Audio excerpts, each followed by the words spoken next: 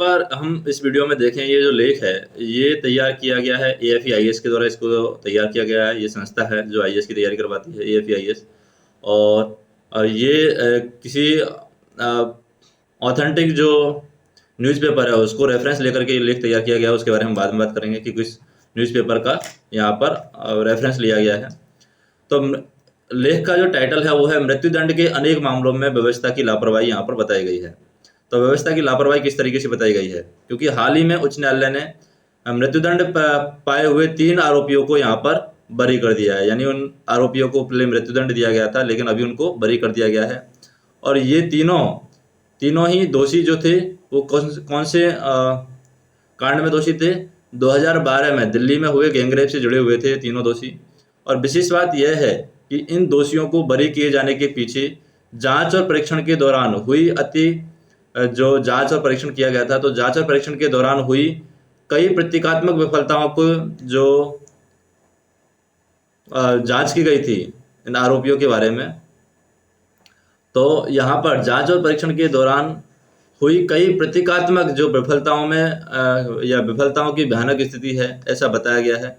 क्योंकि दोषियों को जब बरी किया गया है तो उसमें जांच और परीक्षण के दौरान जो प्रतीकात्मक विफलताएं हुई हैं उनकी भयानक स्थिति के बारे में इसमें बताया गया है।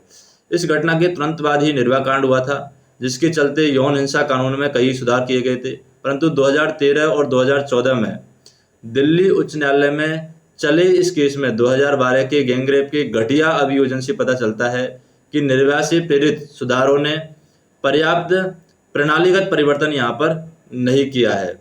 तो प्रणालीगत परिवर्तन नहीं किए हैं तो उच्चतम न्यायालय ने कहा है, उच्चतम न्यायालय ने क्या कहा है इस बारे में?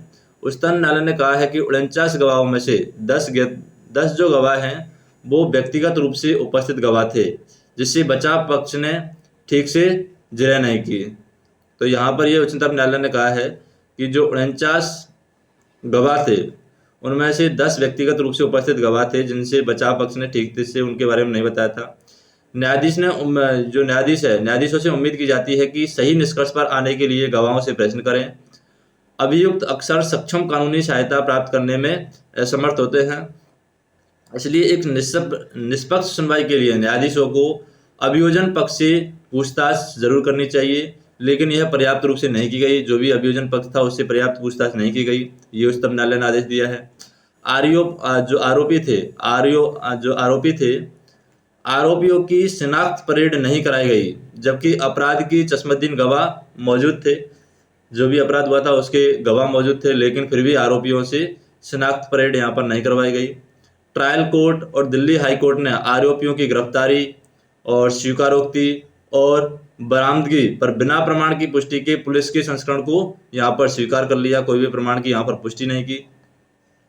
साक्ष्य खोजने, नमूने एकत्रित करने और उन्हें फॉरेंसिक को भेजने के तरीके में भी प्रक्रियाओं का उल्लंघन किया गया। यानी साक्ष्य को खोजने में जो नमूने एकत्रित किए गए थे, जो फॉरेंसिक रिपोर्ट्स यहाँ पर तैयार की गई थी, उन तरीकों की प्रक्रियाओं में भी उल्लंघन किया गया। तो यह दुर्भाग्यपूर्ण है कि जांच और परीक्षण की ऐसी कमियों के बावजूद 2 न्यायालयों ने अभियुक्तों को मृत्युदंड दे दिया।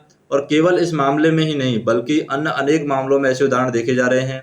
जैसे कि NLU दिल्ली के प्रोजेक्ट 39A से पता चलता है कि 2021 में देश भर में मौत की सजा पाए गए 33 कैदियों को बरी कर दिया गया है, और यह आरोपी और पीड़ित दोनों के साथ अन्याय है।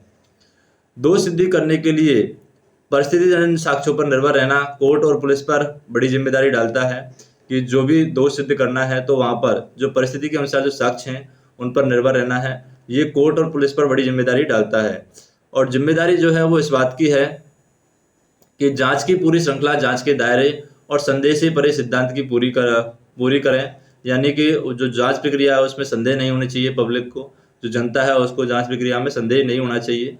जांच की जो पूरी श्रृंखला है, जांच के दायरे और संदेह से परे इस सिद्धांत पर पूरी करनी चाहिए। भविष्य में पुलिस, वकील और जज से उम्मीद की जाती है कि वे अपने कर्तव्यों का निर्वहन ठीक प्रकार से करेंगे।